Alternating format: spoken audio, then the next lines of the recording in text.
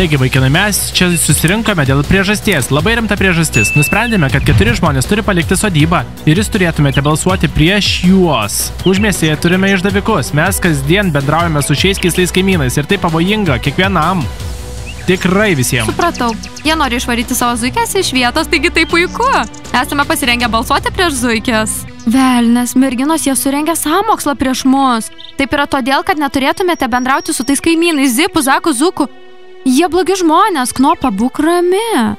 Merginos, aš negaliu važiuoti namo. Žinot, ką man mano mama ir tėtis padarys? Merginos, nusiraminkit, mes nevažiuosime iš sodybos. Teisme ginti teisės likti šiame name. Ne, merginos, eime. Mes pareikšime savo teisę būti čia. Viena už visas ir visos už vieną. Na, draugai, kas dar vieno balso trūksta greičiau? Mes balsuojam. Kas čia per susirinkimas? Kas čia per balsavimas? Jūs mūsų neišvarysite iš vietos. Kodėl mes? Balsuojame prieš zuikės. Taigi, štai 4 žvaigždės, kurios šiandien paliks mūsų sodybą. Atsiprašau, merginos, bet jūs turite eiti susikrauti daiktus ir palikti šią sodybą. Valio! Šaunu, ačiū mokytojau Maikai, ačiū smailikai. Buvo laikas, kai aš tave mylėjau. Timūrai, aš visada žinojau, kad tu ne tas, kuriuo apsimeti. Eime.